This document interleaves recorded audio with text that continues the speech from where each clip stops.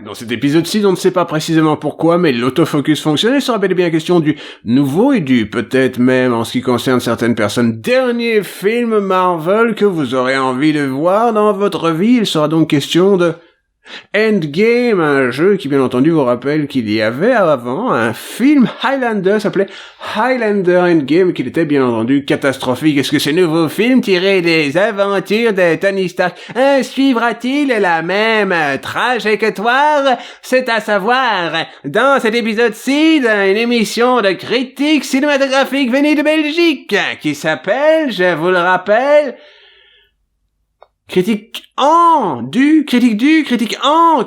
cinéma, quelque chose en cinémartyr.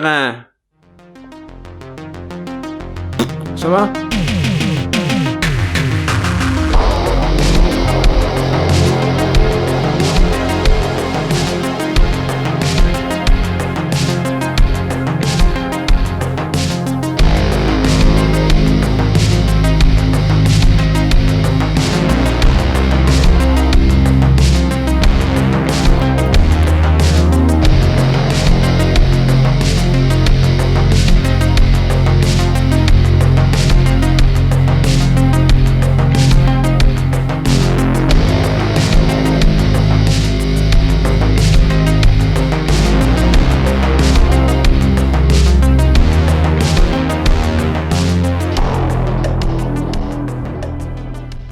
Autant l'admettre, je n'ai aucune énergie, je vais donc devoir trouver l'énergie à travers des effets simples que la plupart des gens sur YouTube ont l'habitude d'utiliser, mais que je n'ai pas l'habitude d'utiliser, donc il va falloir que je me force à produire de l'adrénaline, et en sachant bien entendu que je me suis même, si ça c'est pas paradoxal, et si ça c'est pas respectueux du public qui se trouve de l'autre côté de la caméra, je me suis taillé les poils que j'ai dans les narines, car j'arrive enfin à cet âge où, ça y est, ma chimie personnelle pousse, j'ai des poils enfin, j'ai malheureusement des poils dans les narines plutôt que partout ailleurs. Or, vu qu'il formait une petite moustache, je ne sais pas si vous avez vu la dernière vidéo de ce style, mais toujours est-il qu'ici, à proximité du péristyle, nous sommes dans un moment particulier, c'est que je vous parlais de Disney. Alors je pense que la pire chose qui est arrivée au MCU, si ça c'est pas paradoxal, c'est d'avoir été racheté par la compagnie de la souris. Vous savez qu'il y a deux oreilles rondes et qui s'appelle Mickey, qui fait toujours et des choses de cet ordre-là, et que je me suis toujours dit que ça allait filer en couillonnerie saccharine comme l'intégralité de leurs productions qui sont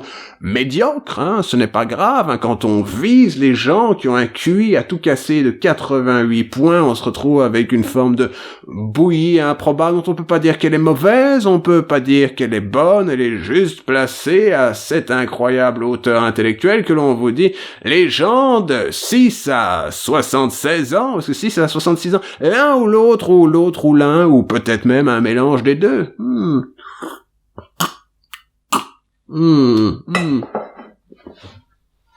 C'est la séquence ASMR de la vidéo. Donc, toujours est-il qu'ici, vous aurez remarqué certainement que Disney est en train de se placer dans un domaine d'activité que celui de la service de streaming, La question se pose, c'était sans doute un service de streaming, du service de streaming. C'est ça le futur de Disney. Ils en veulent toujours plus. Alors, vous savez, ça a tellement bien marché pour Google+, qui voulait vous donner la possibilité de participer à un réseau social alternatif, à un réseau social qui est tellement alternatif qu'il est toujours aussi vivant que peut se targuer de l'être le Minitel. Or, telle est la volonté, ça s'appelle arriver à enchaîner les choses, même quand elles ne font pas réellement sens, de Disney, car Disney veut maintenant de l'argent. Alors ça coûtera $7, et comme vous l'aurez certainement compris, l'intégralité des produits que vous avez l'habitude de nourrir, de forcer vos enfants à consommer, je suis en train d'essayer à chaque fois que je fais une faute de français, de la retaper, comme ça, comme un espèce de mouvement de jonglage qui ne fonctionne pas réellement, même si j'en ai l'âge, l'intégralité de ce que vous forcez vos enfants à consommer, qui, c'est certain, n'ont absolument pas un effet psychologique négatif sur leur développement cognitif, sera donc retrouvé sur l'intégralité d'un seul service en particulier, Disney+. Alors ça coûtera $7, vous aurez donc des nouvelles séries, encore plus de séries, vous aurez les nouvelles séries Star Wars, vous aurez les nouvelles séries Disney, les nouvelles séries Marvel. J'avais brièvement oublié comment s'appelle Marvel, et encore plus sur Énergie. Je sais faire uniquement la voix de Richard Darbois quand on dit Énergie. Je sais pas pourquoi, ça ne me fait pas aussi mal que je dis par exemple 13e rue. C'est très dur à dire 13e rue. Essayez de dire chez vous 13e rue. C'est impossible. Toujours est-il que l'idée est très simple, c'est que sans doute qu'ils vont donner genre des rôles aux gens et genre ah Loki, voilà la série télé de quand tu étais jeune, on va rajouter des cheveux sur la 3D. Oh oui, bien entendu, tel personnage qui était mort, il sera de retour pour vous raconter quand ça se passait, quand il était vivant, et les choses sont là. Est-ce que ça aura un intérêt particulier? Non! Est-ce qu'ils vont se fatiguer à faire une continuité totale avec l'intégralité de leurs produits alors qu'ils avaient promis que ce serait le cas avec les séries de Marvel, Netflix et que vous n'avez jamais vu personne nulle part, hein? Vous n'avez pas vu Luke Cage? Vous n'avez pas vu, comment elle s'appelait? Jessica Jones? Vous n'avez pas vu Jessica Blues? Vous n'avez pas vu Jessica Red? Vous n'avez pas vu Jessica Green? Vous n'avez pas vu une autre blague basée sur la colorimétrie d'un personnage qui s'appellerait Jessica? Vous n'avez pas vu le nom non plus? Le Daredevil, des choses de ce genre-là, et que des incroyables plaisanteries, comme si je suis en train de m'amuser moi-même. Il faut au moins que quelqu'un s'amuse dans ces vidéos, c'est ça qui vient. Alors vous n'avez pas vu? Que je m'amusais! Donc l'idée est très simple, c'est que quand ça fonctionne, ce genre de plaisanterie, ça fonctionne plutôt bien, hein, et que comme je vous le disais, la pire chose qui soit arrivée au MCU, c'est d'avoir été racheté par Disney.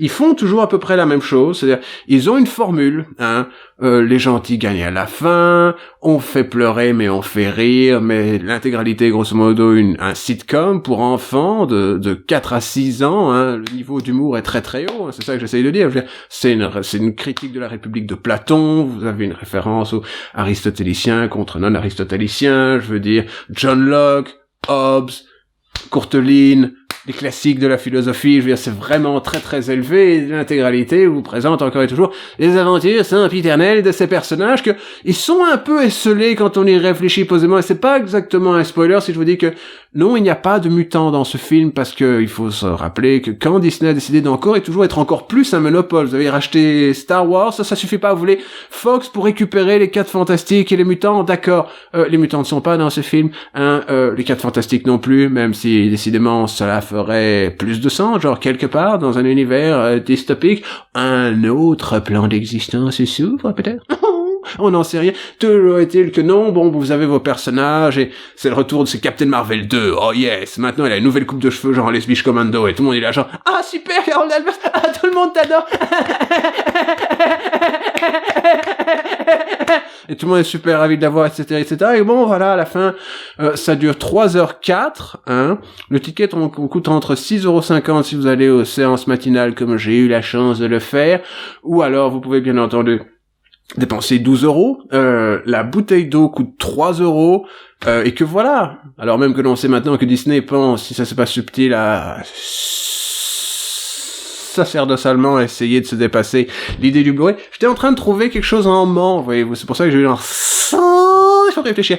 Donc l'idée est très simple, ouais, ils vont peut-être se passer des Blu-ray, donc la seule possibilité c'est que vous pourrez donc laver le cerveau de vos enfants avec les trucs cuculapraline qui n'ont pas du tout un effet négatif sur leur capacité cognitive.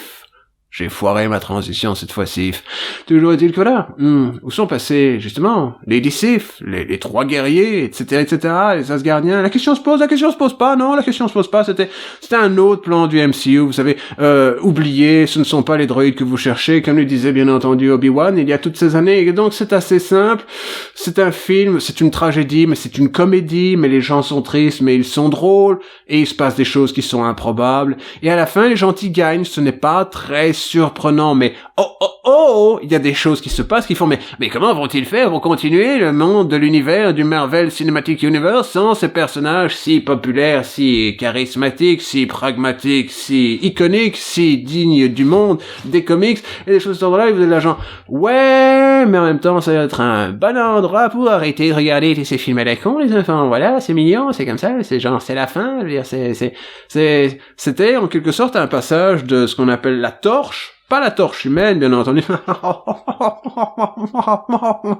Je me suis rendu compte que quand j'étais jeune et que j'étais stone et que j'allais voir ces films, j'étais genre parfaitement capable de regarder ces trucs et je me disais, ah oui, je me demande ce qui va se passer ensuite, peut-être qu'on va arriver à un stade où il va se passer quelque chose. Après, il s'est passé quelque chose et Thanos a sauvé la planète entière d'une réelle question qui se pose, c'est-à-dire le fait qu'il n'y a pas assez de ressources sur la planète pour le type d'humanité qu'on veut essayer de produire de nos jours. Vous savez, il y a beaucoup de gens. C'est très bien, c'est super. Ça représente des problèmes, vous savez, avec les ressources. Mais c'est super, oui, beaucoup de gens. Cool. Yes. Je vais avoir du mal à trouver une place de parking cette semaine. Des choses là, et vous dites, ah, et alors les Avengers qui veulent sauver la planète sont genre, ce qui serait vraiment bien, c'est qu'on arrive à mettre la machine arrière. Genre, si on pouvait rebooter la franchise. Et à la fin, vu que tout le monde gagne et tout le monde il est heureux, plus ou moins, etc., etc., oui, ils y ont réussi. Est-ce que c'est un bon film? Est-ce que c'est un bon épisode d'une série télé qui dure genre 3h04 et que ça a coûté super cher et qu'il y a genre, les petits twists comiques. Les petits twists comiques. Oh, vous n'aurez pas imaginé que ceci. Vous n'auriez pas imaginé que cela. 13e rue. Et des choses là, vous dites, non, merci.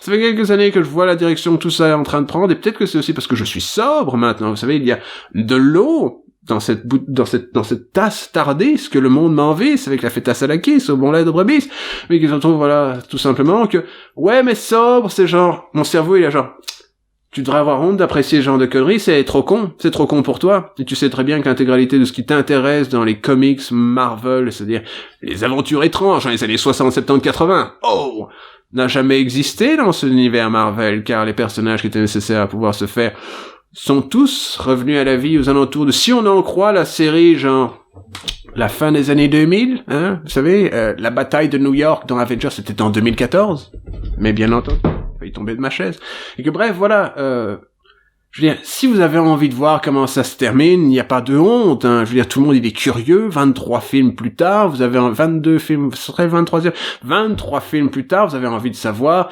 qui c'est qui va casser la gueule à Thanos. Eh ben, c'est très simple, vous avez vu les théories sur internet, et c'est beaucoup moins sale que tout ceci, car je vous rappelle que c'est un film pour bambins, de 6 à 8 ans, maximum.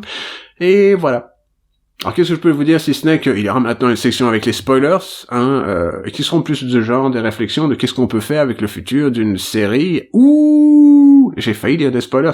Vous pouvez pas vous plaindre qu'il y a des spoilers, parce que si maintenant, alors que je suis en train de faire un spoiler warning de 20 secondes, parce que les gens ils sont genre sur leur téléphone, ils sont genre, oh non, je vais devoir me retourner, prendre mon téléphone et couper la vidéo. Maintenant vous avez été prévenus, maintenant il y a des spoilers en quelque sorte. C'est ainsi que ça fonctionne les enfants.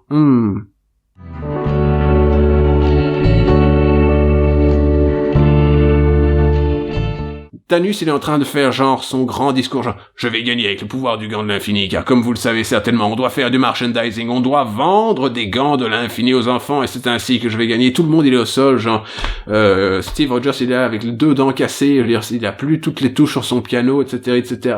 Hulk il a le cul en chou-fleur, l'intégralité de ce truc. Et vous entendez au loin, genre ta ta ta ta, ce n'est pas du tout le thème de Superman qui me vient en tête, vous entendez ha ha. Parce que quand les choses vont vraiment mal, on appelle les stars du cinéma, les vraies stars du cinéma, on appelle Mickey. Alors Mickey est là dans un bombardier furtif, le B-52, si j'ai mon souvenir. Il est là, il fait genre, allez les Vengeurs, je vais vous sauver, plus tard. Et alors il largue l'arme ultime qui, comme vous le savez certainement, va sauver l'intégralité de l'univers que naguère vous appréciez, que c'est bien entendu. Alors, elle tombe, fait, parce que c'est ça que les héros Disney, ils parlent tous avec la même voix, c'est ça que j'essaie de dire. C'est ça, d'un point de vue contextuel, la blague que j'essaie de faire, c'est que l'intégralité des personnages Marvel parlent avec la même voix, car ils n'ont pas, de manière simple, la possibilité de les différencier, vous voyez, parce qu'ils ne sont pas assez doués niveau écriture. Et que donc, tombe au sol, et que c'est bien entendu, Rey Skywalker, les gens, Elle parle avec la voix très très grave parce que c'est une femme et que donc, vous savez, je suis un héros et je vais te tuer, Thanos. Et le Thanos fait, non, 13e rue. Ce qui est paradoxal, vu que c'est Thanos quand même. Et que donc, elle lui coupe la tête, fait, enfin, Goofy. Et alors, de son tronc qui est coupé, là, vous savez, de son cou, pousse la tête de Goofy, ensuite, il mange évidemment du globi-boulga, puis après, ils vont boire du thé, peut-être même de la limonade de Jabalou, et ensuite, ils mangent des délicieux biscuits plop, car je ne sais pas si vous saviez, mais Disney vient de racheter les productions qui sont actuellement diffusées à VTM, et vous connaissez bien entendu, vous savez de quoi les questions, plopper de plop, Samson et Kert, ils passent dans le fond, ils font genre, comme ça, bien entendu, et tout le monde, il est heureux, il a vécu jusqu'à la fin des temps en étant heureux, et c'était joyeux. Alors, j'ai été très surpris de voir que vers le milieu du film, les Powerpuff Girls rejoignent le combat. C'est tellement con, je peux pas continuer. Donc, toujours est-il que l'idée très simple, c'est que c'est genre, C'est genre l'aventure de Captain Marvel qu'on la voit 2 fois, mais c'est genre on la voit au début, elle sauve Tony Stark, hein, vous savez, parce que il fallait bien que quelqu'un sauve Tony Stark, ils allaient pas envoyer Elon Musk, hein, ça ne fait pas sens, hein, c'était une blague, vous avez vu les blagues sur internet, ce n'est pas la réalité des choses, car le projet SpaceX, on sait bien que l'on a vu cette semaine, d'ailleurs, si vous le regardez dans le futur, salut spectateurs du futur, spectatrices du futur, mais que ces capsules ne sont pas encore assez sécures pour pouvoir faire passer des gens, vous savez, pas autre part que ATPA 13, bien entendu, mais de l'espace que l'on connaît, qui est l'espace pressurisé à l'espace non pressurisé, ce n'est pas encore possible, donc, et ça, Marvel le savait bien, donc, l'idée très simple, c'est que alors, Captain Marvel, genre, avec la coupe de cheveux que là dans les comics, qui est tellement iconique, les gens aiment tellement Michael Jordan, ils sont là, Captain Marvel, elle est tellement extraordinaire, merveilleuse, on doit absolument faire l'effort de fort le faire pour faire de la publicité, mais oui, bien entendu, on t'adore tous, je fais ce visage-là quand je suis très sincère, et donc elle a fait, ok, alors c'est pas que ça me fait chier de rester ici sur Terre avec vous et je vous déteste tous, hein, vous êtes tous des crétins insupportables de machistes phallocrates et des petits animaux en 3D, mais adieu les pédozouilles, je vais aller dans l'espace, car il y a des choses, qu'il se trouve qu'il y a des choses que vous savez, hein, c'est bien mignon vos petits combats avec Tinky Winky, il a un gant pour faire la vaisselle, faut pas déconner les enfants, l'espace m'appelle, moi, XOR, on doit aller faire l'effort de fort le faire, ha! Et toujours est-il que je dois réellement me mettre en fureur parce que sinon je suis genre... C'est terrible. Ça s'appelle être vieux les enfants, un jour ça vous arrivera, alors peut-être que vous serez aussi bien conservé que je le suis. Et toujours est-il que... L'idée très simple, c'est que vous aurez peut-être compris qu'il y avait des gemmes de l'infini. Non, gemmes, c'est avec les hologrammes. Il y a des pierres de l'infini. Pierre de l'infini, un fameux producteur vivrier qui vit dans le Gers, que je salue au passage. Salut Pierre. Et de l'autre côté, bien entendu, vous dites, mais dans les pierres de l'infini, il n'y avait pas une pierre du temps? Oui! Alors, Scott Lang, le mauvais homme fourmi, celui que personne n'apprécie, je veux dire, je déteste Scott Lang, l'homme fourmi. C'est un personnage de merde de 3e génération, vous savez, c'est le remplaçant que personne voulait par un personnage qui était populaire, que vous savez, dans les années 80, la guerre des armures, ils avaient besoin de quelqu'un qui soit susceptible de voler des trucs, alors ils ont utilisé un personnage qui s'appelle Scott Lang, et que sans doute que Scott Lang avait été établi auparavant, et que nanani, et que nanana, et que Paul Rudd ne sait pas jouer, je ne sais pas si vous avez remarqué, mais il y a que 3 acteurs qui s'en sortent, c'est Don Cheadle, Jeremy Renner, et comment il s'appelle encore, Robert Downey Jr., ça arrive avec Jeremy Renner. Jeremy Jenner. Toujours est-il que voilà, et les autres sont genre... Alors c'est pas rien de pouvoir faire la comédie, je sais pas si vous avez jamais vu Thor, je suis en train d'attraper une poussière au passage, je sais pas si vous avez vu Thor dans Bad Times at El Royale. Le Bad Times, c'était sa performance en tant qu'il essayait de jouer quelqu'un qui était charismatique et capable bien entendu de jouer un rôle, et pas juste de faire des blagues faciles. Que les gens, et je vais te préparer une blague facile, il fait genre, ouais, sping. Alors il fait un mini home run. Pas un vrai home run, juste un mini home run. Il arrive à peine à clipper le bord de la bordure. Vous savez, il y a une palissade et les gens, ils doivent la rattraper. Alors les gens, ça fait genre, spip dessus et genre, sploumf, ça tombe de l'autre côté. Bref, je suis en train de décrire l'humour de Chris Hemsworth. Chris Pine? Non, Chris Pine, c'était dans Wonder Woman. Chris Hemsworth. Chris Hemsworth, je pense que c'est ça. Je suis en train de découvrir cet humour, je suis en train de décrire plutôt cet humour en utilisant des métaphores qui sont tirées d'un sport qui n'est pas populaire en Europe.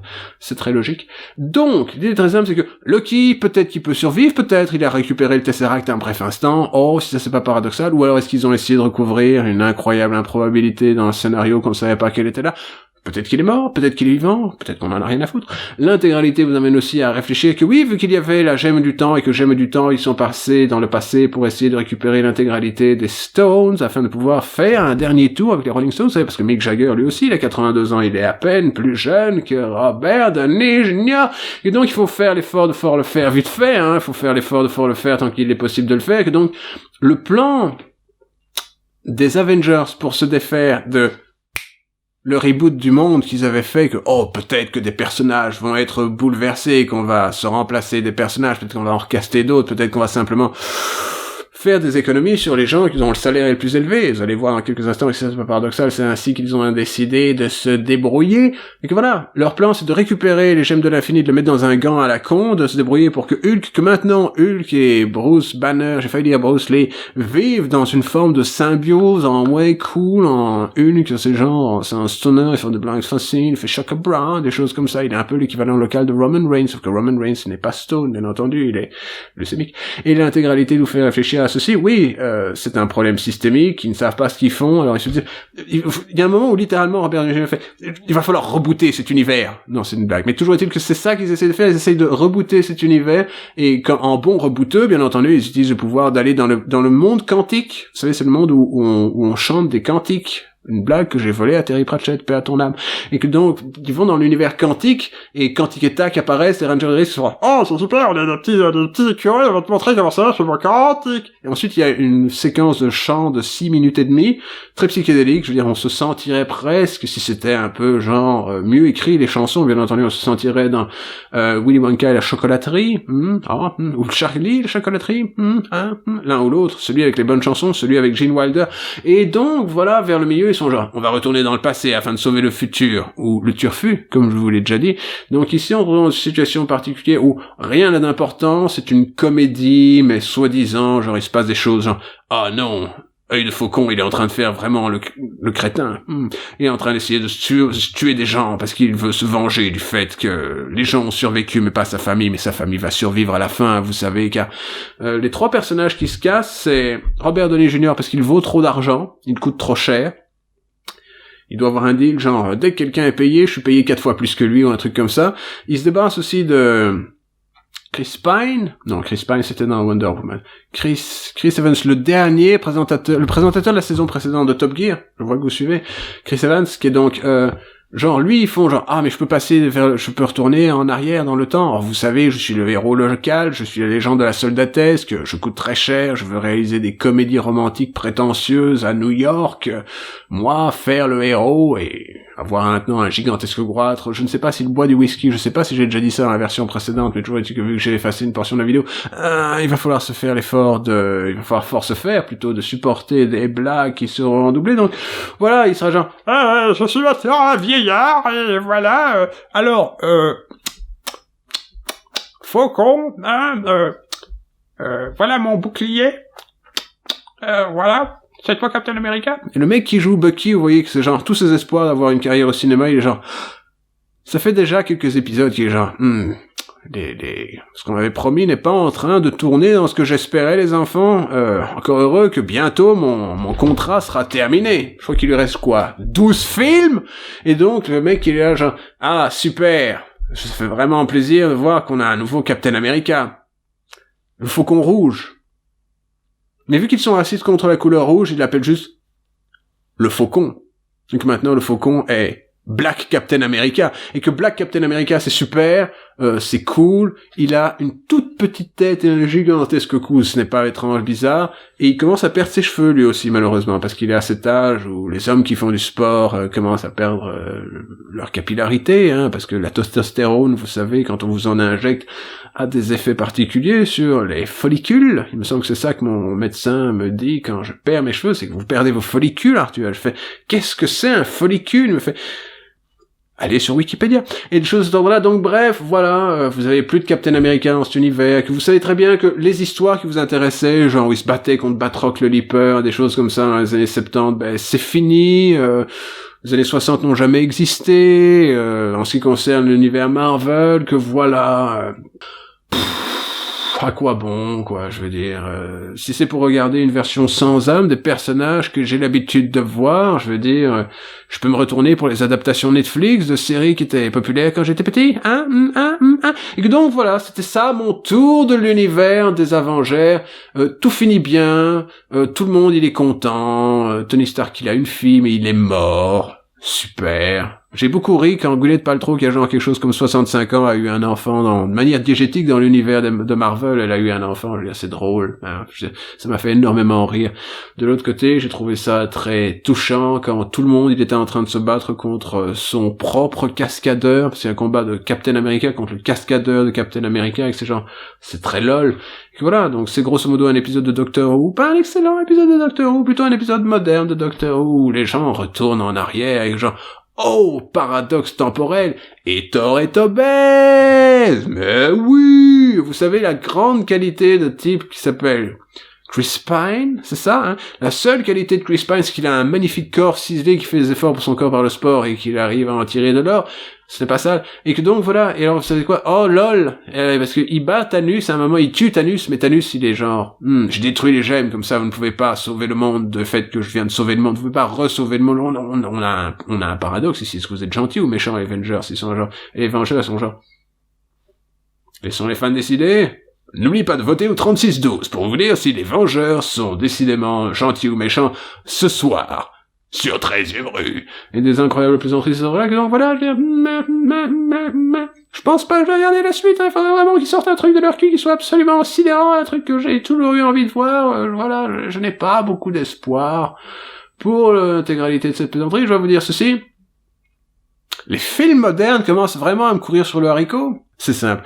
Chaque semaine, vous allez voir Dragon Ball Evolution, vous êtes là. Oh, c'est super, une bonne idée, que Piccolo il est gris maintenant, et c'était une excellente idée de se débrouiller pour que le type qui joue Son Goku soit une espèce de couillon sans muscles de la côte ouest des États-Unis qui conduit une New Beetle. Mais oui, bien entendu, Tortue Géniale est jouée par Chow Yun-fat. C'est super! Voilà. Donc tout ce que j'ai à vous dire, c'est que c'est genre un film à 5,5 sur 10.